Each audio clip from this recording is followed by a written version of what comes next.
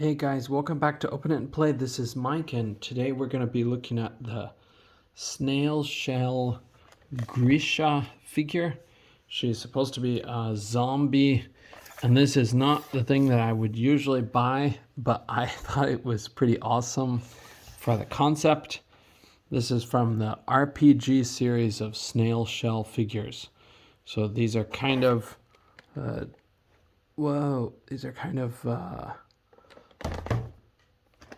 figures that I wouldn't normally buy. I did have some plans for this figure, and I thought from some of the things I saw, I could probably use it to make an Elektra custom, but after receiving it, I know that it's too short for doing that, so I wasn't going to use the whole figure for that. I was mainly going to use the arms, legs, body, but the chest part is just too different. You'll see soon, but a little bit of a warning. This one is not really for kids. It's a little more extreme than my usual videos, but let's try to open the figure here. I'll give you a shot from each side of the package so you can see that clearly. And this side here. I don't know if Snail Shell is from Japan or China, but I think it's probably a Chinese company. That's what the top of the box looks like there.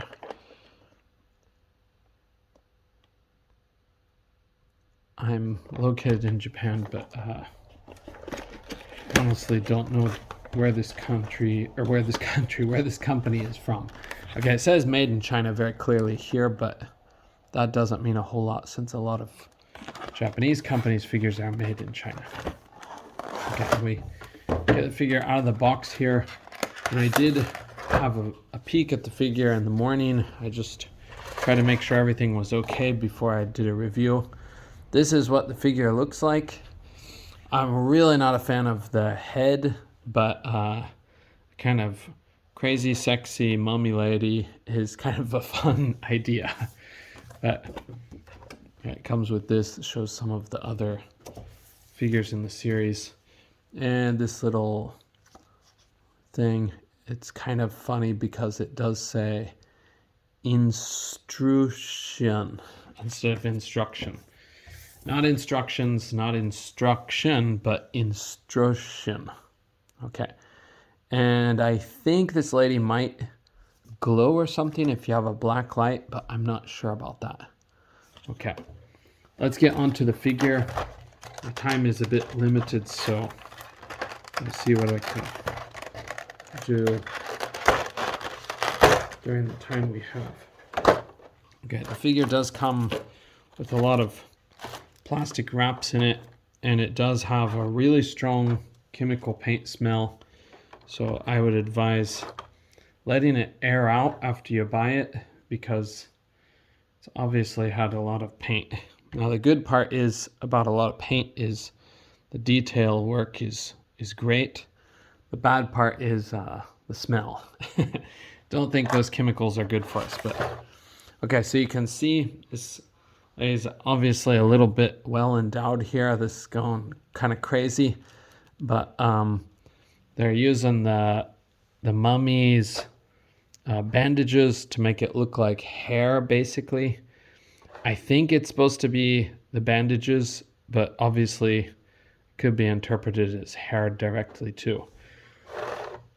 And the figure does come with a lot of extra parts, so I'm going to put her aside for just a moment, and we'll try to flip this over so you can see it okay. So this is what's inside the box when you get it. We've got a little mound of dirt here, and if you pop off one of her arms, you can stick this in to make it look like the mummy hand is kind of coming out of the ground. She's kind of a weird concept because she's called a mummy, or she's called a zombie, but she's clearly a mummy by Western standards, but this is also coming out of an Asian country's perspective, so it might be a little bit closer to a kyonshi or something. This is one of the alternate heads. This is super manga anime style. It's not something I'm a fan of, but it does give you some options if you are a fan. But this one, apparently she's crying. What I'm going to try to do is take some of my spare Marvel female figure heads, and I'm going to customize them with green stuff for bandages, and then I'm going to come up with a head for her. So this one is apparently crying too. Sometimes with super manga anime things, I can't even tell what's going on because the expressions are so weird to me. But I don't know, maybe I should be more creative, but I just can't quite understand some of them. These are some more open hands, open type hands. They do have really good paint detail. They've got all these little crevices and cracks with the bandages. And you may have noticed, in proportion to a lot of anime type figures, she does have extremely big hands. Her hands are huge relatively to the proportion of her body. Maybe if I do that, it looks a little more obvious. But yeah, I was kind of surprised by that. I would prefer bigger hands for these anime type characters because they usually have super dinky hands and super dinky feet, and it's just too stylized for my liking. Here is a little tiny bone that comes with or that goes with her arm, so you can pop one of her arms out, replace it with this little bone stump. And what else have we got here in the package? We've got this key thing which is used for, I think, taking apart part of her head so you can change the face plates. And then you have this pair of closed fists. So these look awesome. I love the color that they chose for the mummy's skin, and I just love the fact that she has some extra hands that are actually useful. Well, the hands on the figure itself are a little bit more open and slightly, it focused and then it just lost the focus. There you can see those. I think these will be more like kind of your typical, kind of coming at you hands. But okay, she will stand like that. Okay, and then she does come with a stand, and the stand has all the parts that you'd need. And we got something behind the stand. What is this? Okay, we have a couple of replacement joints in here, I think. Seems to be what it is. It's not going to focus on these because they're in a plastic wrapper, but yeah, there's a couple of extra joints in there. I think that's for if she breaks. Okay, but now let's look at the figure itself. Kind of limited on time, so I'm going to try to show you real quick everything I know about it or have noticed.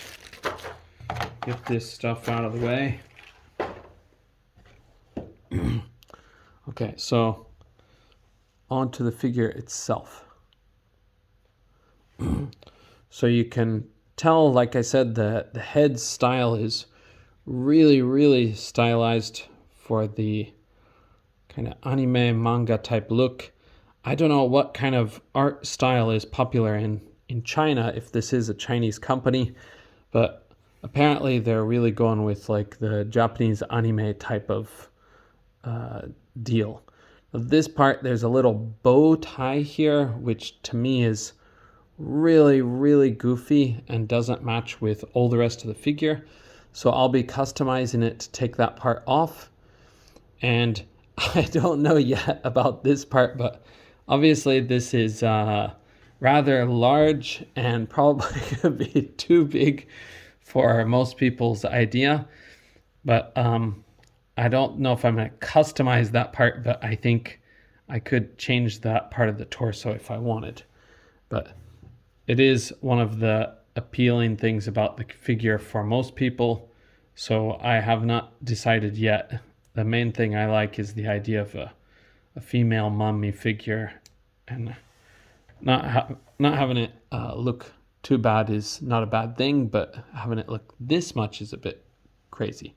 But okay, and then she has these pieces that are sort of free floating on her arms. You can move them out of the way if you want, or you could take them off. May have to pop off the hand to do that, but her arms move like buttery smooth. They're like so easy to pose and twist and everything. So that part is really cool. I don't really have many figures that have that level of quality. So I can imagine they might become loose over time, but it is kind of amazing that they move that freely. This thing wasn't too expensive. It was like 6,500 yen. So I thought it was a reasonable price, and I wanted to try something a little bit different this time. So, and for her legs, she has a similar thing. So you can see these are free floating. They move around. She does have a little bit of a wrapping inside too, but when you take this part off, it still looks rather normal. So I don't know if I can pop it off easily enough by myself here. Yeah, I think I gotta pop off the foot to do that, but I'm not gonna do that in this video because I do have kind of a limited time to make this for you today. But I may do a follow-up video showing what it looks like underneath. But now, even though she has a stand, she does work pretty well without the stand too. She stands pretty well by herself. So if we look at the back of the figure, we've got really hefty buttocks. a little too hefty, some might say. You can see inside there if you do this. So it does have this kind of hole here, but I don't know what that's for really. It may be to mix and match with parts from other figures in this series. I'm pretty sure that some of the pieces like kind of work together. So okay, and then for her poseability, let's look at it real quick.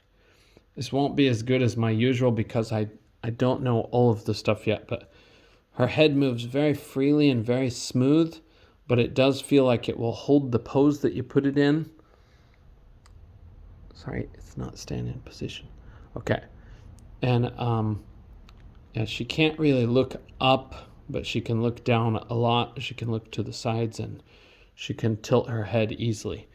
Her arms will go all the way around, but I'm not going to push it on this soft rubbery material because I think it'll put a lot of pressure on her neck joint. I think that'll pop off freely, but I'm a little bit scared to do it at first. But her bicep swivel is well hidden with these bandages, and she's got a double jointed pinless elbow that works very smoothly. And then she has I guess they're ball joints. They're ball joints. You can rotate them around for her hands and then pop them off, of course. Okay, with her chest, obviously she's got some extreme attributes, but she can tilt to the sides. She can't tilt forward very far because of the obvious. She can tilt back about that much. And then her legs will go up. Let's see. Her legs will go up, but you do have to kind of bend her legs into the side. That part is kind of weird. I'm not exactly familiar with what type of joint this is, but okay, you can see inside there. They're kind of on like bent double. It's like a dumbbell joint, but it has a bend in the middle. So it's kind of a weird design. But it does allow for more options, but she can't quite do the splits. But if you push it, I bet you can get her really close to the splits. That's pretty close. Okay, and then she does have the thigh cut. And she's got double jointed pinless knees. And then for her legs, for her feet, there's no boot cut, but she does have the ball joint here, and she can pivot her ankles too. So I think she can she can rotate also. Rotate and pivot. So you got really good options with that. Okay, this is not my usual type of figure, but I wanted to try something different, and I was intrigued with the idea of trying to make a mummy head. I've been doing more freestyle sculpting with the green stuff recently, so it sounds kind of like a challenge that would be fun to do. But this part, you might imagine, is not terrible for me, but also could be a problem in some regards. A little bit too much on this. If she was a bit taller, it might work a little bit better, but she's kind of short, so it looks more extreme even. But yeah, that's the way they kind of do it in Japan, or in, I guess, a few Asian countries. But okay, I think I'll leave it here with you, and I'll try to show you an update if I do some customizing with heads. Hopefully I can get some of that done. The weather is getting warmer here, so I can start to do my hobby again of customizing. The plastic doesn't break quite so easily because the weather is getting warmer. But okay, thank you guys for joining me on this kind of odd one. That was the Snail Shell RPG #3 Grisa. Basically zombie Grisa, and I would call her a mummy. Okay, thanks guys. Hope to see you in the next one. Don't shop on Amazon.